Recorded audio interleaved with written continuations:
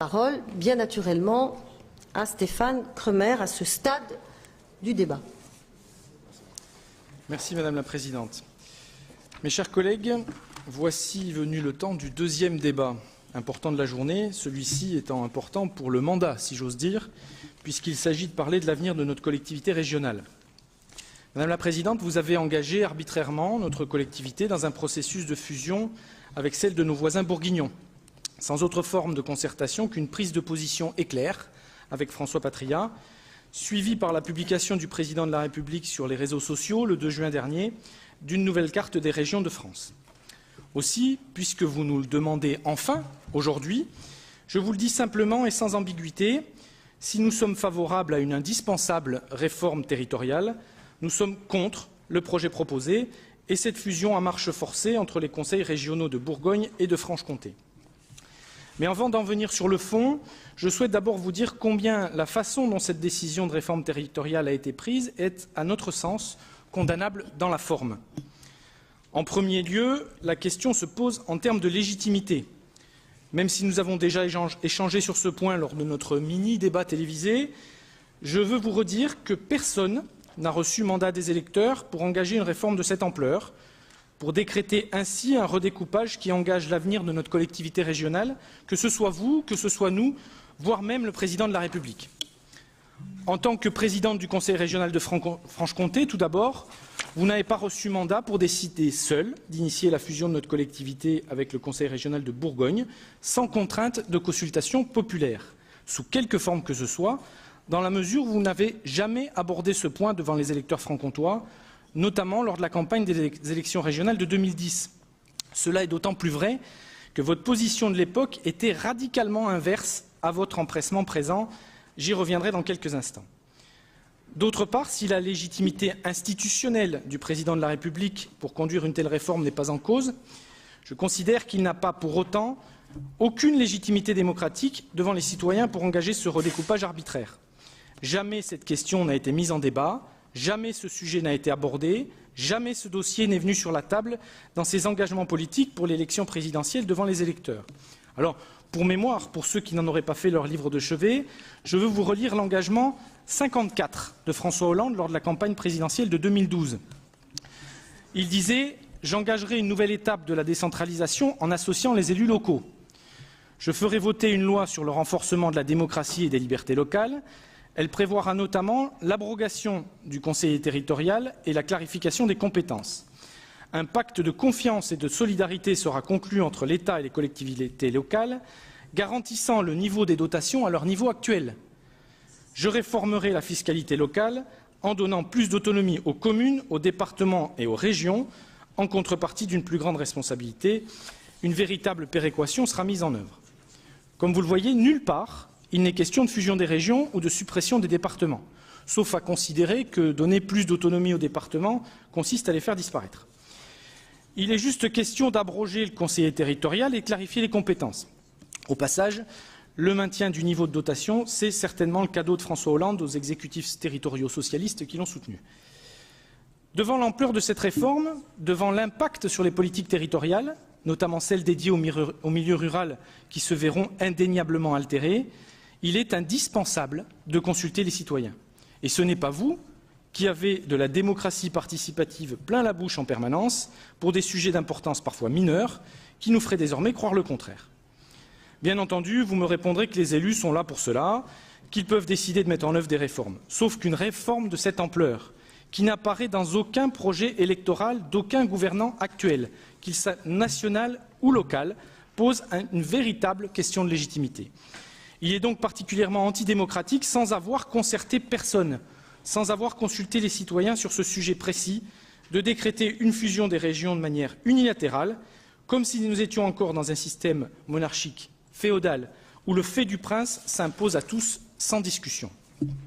À l'heure où la défiance des électeurs à l'égard de la classe politique se traduit partout et pour tous, il nous semble que c'est là jouer un jeu très dangereux.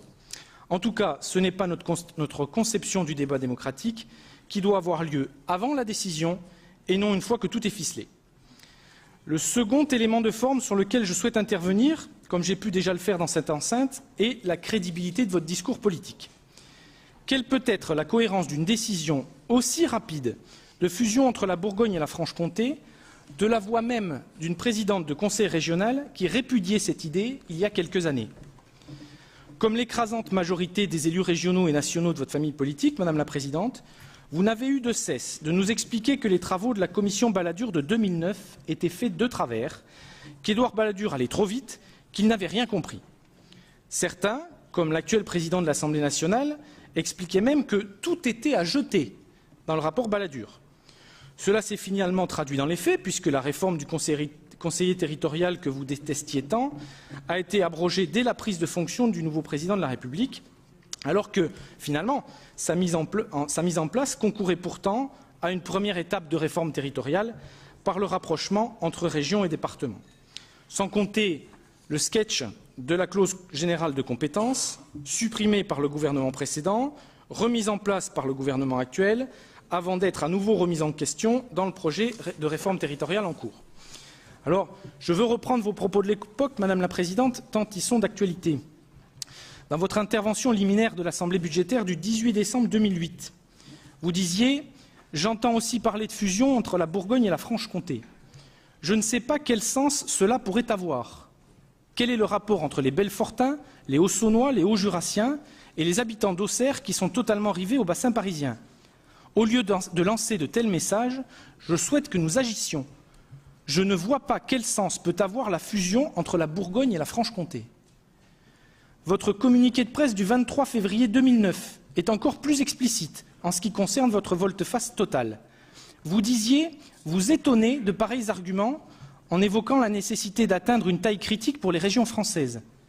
Vous estimiez plus utile que le travail sur la clarification des compétences de chaque collectivité soit achevé, que les ressources budgétaires soient sécurisées et qu'une véritable réforme de la fiscalité locale soit mise en œuvre avant que cette proposition ne soit à l'ordre du jour. Vous annonciez même que la région n'est pas une construction technocratique, mais la reconnaissance d'une identité forgée par l'histoire sur des réalités quotidiennes, et qu'à l'évocation d'une fusion entre certaines régions, vous espériez que la raison l'emporterait.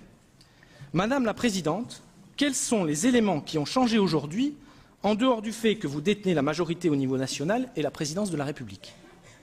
Lors de notre débat télévisé, vous avez évoqué le nécessaire redressement des finances publiques de la France et le contexte de crise comme argument de votre retournement de veste. Mais vous savez pertinemment que nous ne ferons pas d'économies substantielles en rapprochant les régions. Personne n'est capable de le démontrer. Cela a même été évoqué par Marie-Lise Lebranchu dans cette enceinte. Cela n'est donc pas une question budgétaire, mais bien une pensée partisane et politicienne qui perd complètement de vue l'intérêt général. Cela pose véritablement la problématique de la crédibilité de la parole politique. Comment faire confiance à des élus locaux qui jugent des idées non pas pour ce qu'elles sont, mais en fonction de ceux qui les expriment?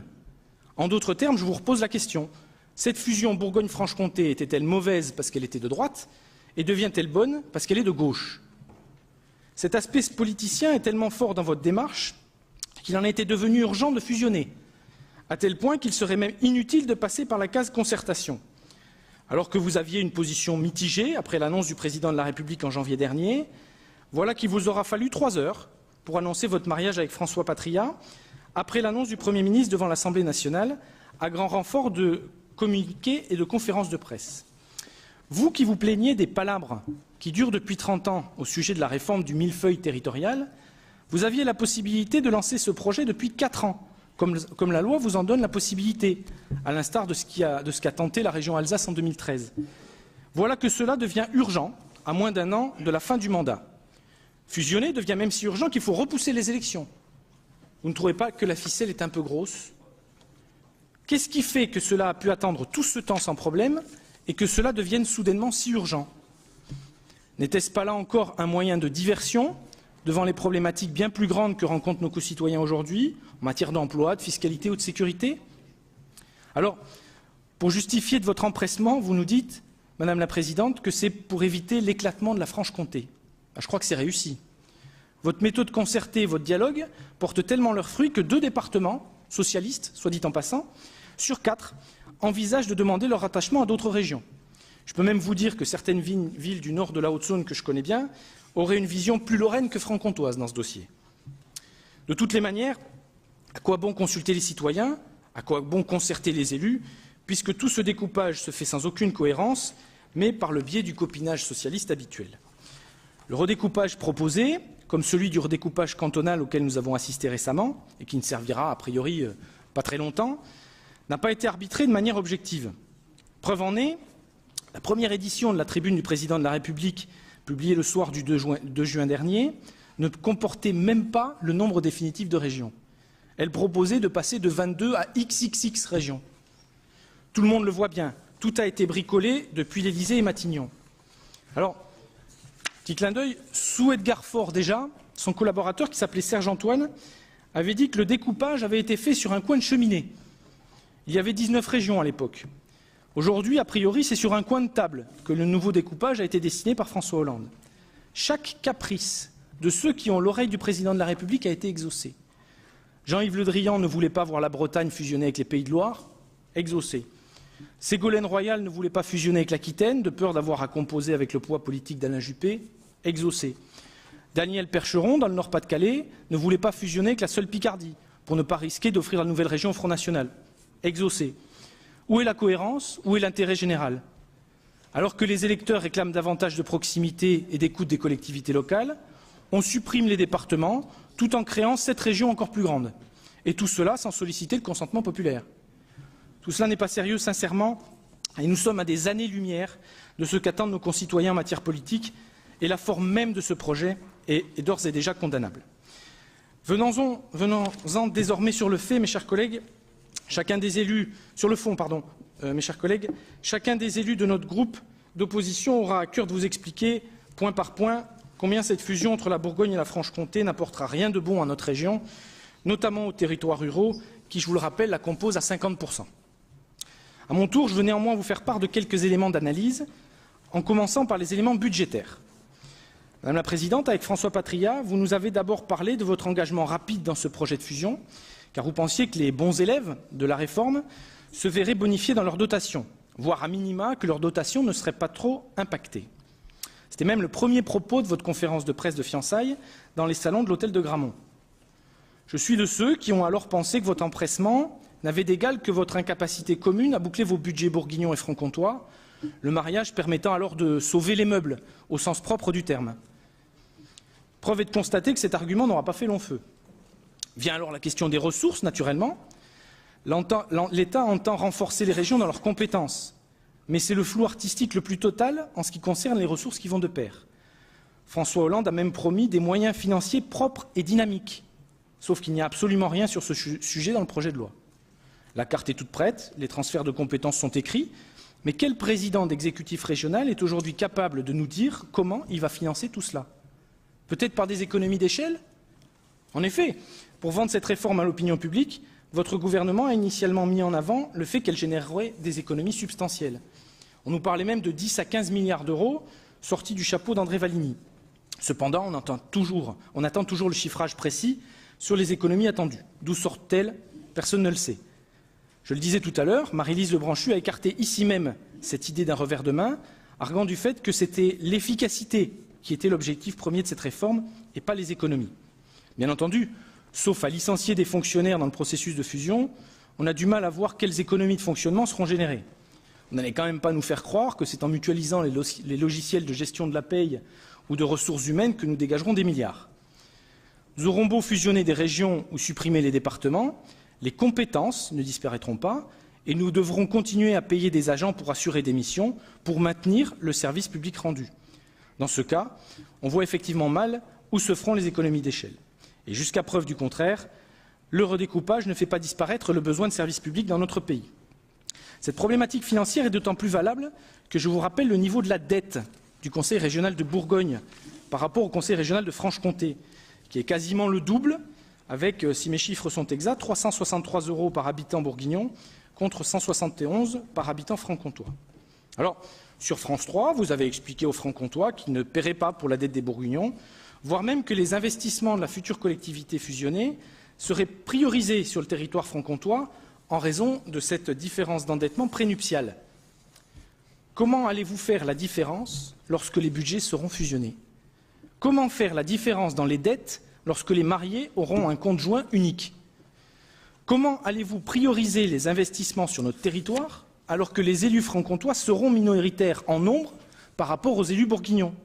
Tout cela n'est pas sérieux et personne ne croira que les franc-comtois ne seront pas lésés sur cet aspect financier, eu égard au flou artistique sur les ressources futures et les dotations, à l'impossible équation d'économie d'échelle ou à la différence d'endettement entre nos deux régions. Le deuxième élément de fond dont je souhaite vous parler sur ce projet de fusion, c'est la taille critique que voudrait avoir la nouvelle région fusionnée. Que ce soit vous, Madame la Présidente, ou les défenseurs nationaux de ce projet de réforme territoriale, tout le monde s'accorde pour dire qu'il faut impérativement que les régions françaises atteignent des tailles critiques pour entrer dans la compétition européenne. Le problème, c'est que la taille critique d'une région n'a rien à voir avec sa superficie ou son nombre d'habitants, mais avec sa capacité à dynamiser son développement sans avoir recours à trop d'aides extérieures. Ainsi, à l'échelle de l'Europe, en fusionnant Bourgogne et Franche-Comté, vous nous proposez de créer une grande région par sa superficie, mais un nain démographique et économique avec seulement 2,8 millions d'habitants et 71 milliards de PIB. À l'échelle de la France, en matière de démographie et d'économie, nous serions même à la dernière position du classement dans ces deux catégories. Regardez les chiffres en face. Avec 71 milliards d'euros et 2,8 millions d'habitants, le PIB par habitant est de 25 300 €, je vous ai passé les centimes, ce qui nous placerait comme la plus petite région de France en nombre d'habitants, avec le plus petit PIB par habitant. Bourgogne-Franche-Comté, ce serait ainsi moins de PIB que Midi-Pyrénées ou Bretagne avant la réforme. Notre situation sera donc pire qu'aujourd'hui. Au niveau européen, le PIB par habitant moyen des régions européennes, pays de l'Est inclus, est de 25 000 €. Bourgogne-Franche-Comté, dans ces conditions, ce serait ainsi moins de PIB par habitant que la Rioja, qui est la plus petite région espagnole, avec 320 000 habitants et 5 000 km² de superficie. À titre de comparaison, de la même manière, les Länder allemands voisins que certains citent en référence sont bien au-delà. Le Land de Brême, qui compte 600 000 habitants, c'est 43 000 € de PIB par habitant. Le Land de Sarre, qui compte 1 million d'habitants, 30 000 € de PIB par habitant. Le Land de Hambourg, qui compte 1,7 million d'habitants, 53 000 € de PIB par habitant. Où est la taille critique de Bourgogne-Franche-Comté dans ce schéma? Où sera la Bourgogne-Franche-Comté dans la compétition européenne dans ce cas? Alors, même si vous n'aimez pas ça, en fusionnant deux régions pauvres, on ne fait pas une grande région riche, mais bien une grande région pauvre. Le dommage collatéral de cette fusion, ça sera certainement aussi les fonds européens, chers à Pierre Magnin-Fézot, qui viennent d'être attribués spécifiquement à des régions bien définies sous leur forme actuelle. En effet, l'attribution de certaines subventions européennes est assujettie à des niveaux de richesse ou de chômage des régions européennes. Quel impact une refonte de la carte de la France aura sur ce point? Personne ne semble se soucier de ce débat, pas même vous, Madame la Présidente, qui nous avez vanté votre proactivité en la matière. Pensez-vous sincèrement que Bruxelles, d'ordinaire si tatillon lorsqu'on chamboule les règles, ne procédera à aucune remise en question du dispositif? Notre regroupement avec la Bourgogne n'a donc aucun intérêt en matière de taille critique. Et c'est là même que l'idée même d'une région Grand Est, défendue par certains, trouvait tout son sens. Cette idée de rapprochement avec d'autres régions voisines, incluant la Bourgogne, mais aussi Lorraine, Alsace et Champagne et Ardennes, ne devrait donc pas être éludée aussi rapidement, mais bien étudiée avec d'autres scénarios, sans précipitation. Votre discours sur la taille critique dans votre communiqué de presse du 23 février 2009 est donc toujours valable. Rien n'a changé à ce niveau, et ce n'est pas moi qui vais vous dire le contraire aujourd'hui. Reste donc la question de l'efficacité des politiques publiques sur lesquelles nous aurions pu nous rejoindre. En effet, ce qu'attendent nos concitoyens, c'est l'arrêt de l'empilement des collectivités territoriales, la fin des doublons et des financements croisés. En cela, même s'il avait certainement des imperfections, le conseiller territorial était la première étape d'une nécessaire mutualisation entre départements et régions.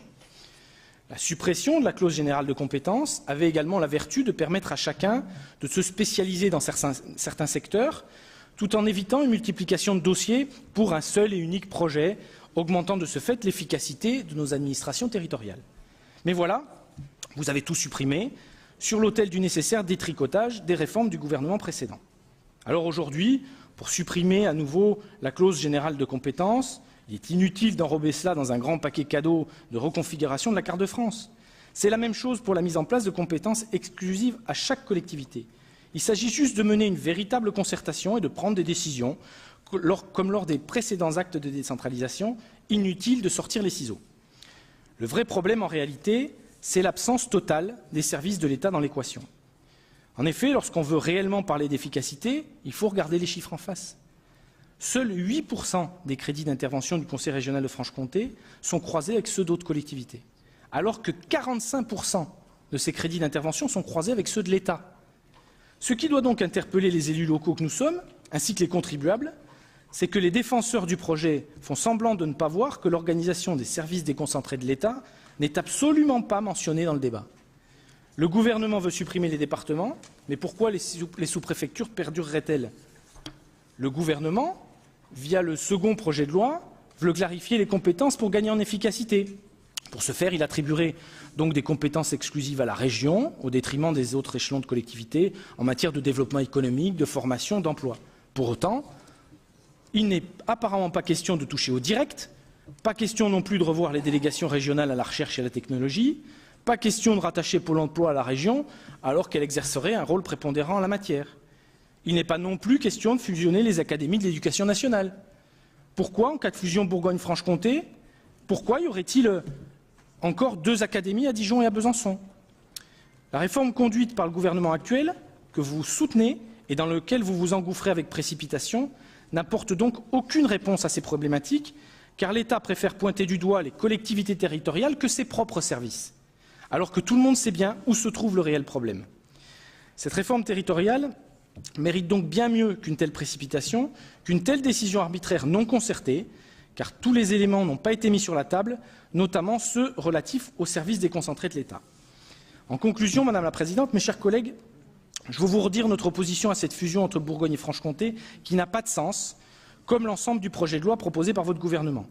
Si la forme n'y est pas, le fond ne permet pas non plus de justifier d'un redécoupage de la carte territoriale de la France en fusionnant arbitrairement des régions et en supprimant les départements, a fortiori en Franche-Comté. La Franche-Comté n'y gagnera rien en matière budgétaire, n'y gagnera rien en termes d'efficacité, et le territoire fusionné ne sera pas compétitif au niveau des autres régions, qu'elles soient françaises ou européennes. Qui plus est, la Franche-Comté y perdra son identité, sa représentativité et probablement la capitale régionale. Les politiques territoriales seront nécessairement obérées, tant les centres de décision seront éloignés des territoires. La perte de la proximité sera inévitable, et cette fusion éloignera encore plus les collectivités territoriales des citoyens, ce qui ne va nécessairement pas dans le bon sens d'une vraie loi de décentralisation qui se respecte, ni dans le sens de l'histoire. Madame la Présidente, comme vous l'avez répété à multiples reprises, je veux d'ailleurs revenir brièvement sur la création d'antennes territoriales qui permettraient, selon vous, de pallier à cette problématique de perte de proximité dans les régions fusionnées. En effet, pour moi, ces antennes territoriales portent un nom. Ce sont des départements. Je ne vois donc pas bien quelle serait la différence avec l'organisation actuelle dans le schéma que vous proposez, sauf à reconnaître que les départements doivent persister. D'autres scénarios existent, mais il faudrait pour cela prendre le temps de les étudier et ne pas prendre les choses à l'envers, en découpant arbitrairement, puis en réfléchissant à ce qui a pu être fait avec la nouvelle carte. La réforme des rythmes scolaires avait déjà ouvert la voie à ce type de décision sans aucune réflexion préalable, s'avérant finalement préjudiciable aux enfants, aux territoires et aux finances publiques. Avec votre consentement appuyé, votre gouvernement remet désormais le couvert avec la réforme territoriale, comme si le message des dernières échéances électorales avait encore du mal à passer. Alors même que certains tirent la sonnette d'alarme dans votre propre famille politique, Madame la Présidente, à commencer par le président du Conseil général de Haute-Saône qui a rédigé le rapport qui est à la base de cette réforme territoriale. Vous vous êtes engouffré dans ce projet sans aucune réflexion, tel un train lancé à vive allure alors que les quais de gare sont trop larges, et vous vous réveillez aujourd'hui avec un arrière-goût amer, dès lors que vous sentez bien que cela vous échappe. Je pense notamment, et vous nous le démontrez dans votre motion, au déséquilibre du nombre de conseillers régionaux entre Bourgogne et Franche-Comté, qui fait que toutes les décisions échapperont obligatoirement à la Franche-Comté, ou du choix de la capitale régionale qui sera fait par décret. Ce projet desservira la Franche-Comté alors que de meilleures solutions existaient. C'est le cas d'une fusion entre les départements et les régions, maintenue dans ses limites territoriales actuelles, qui a ma préférence personnelle, ou la création d'une région Grand Est avec un véritable poids européen, dans ce cas en conservant l'échelon intermédiaire départemental, ce qui peut avoir aussi du sens. Ces scénarios, il est encore temps de les étudier. Pour cela, Puisque ce débat est sans vote, notre groupe vous donnera l'occasion de vous positionner sur le projet de loi actuellement étudié au Sénat par le biais d'une motion appelant à une réforme territoriale efficace. En d'autres termes, nous vous proposerons de dire oui à une réforme territoriale, mais non à celle-ci, non à cette fusion entre Bourgogne et Franche-Comté. Je vous remercie.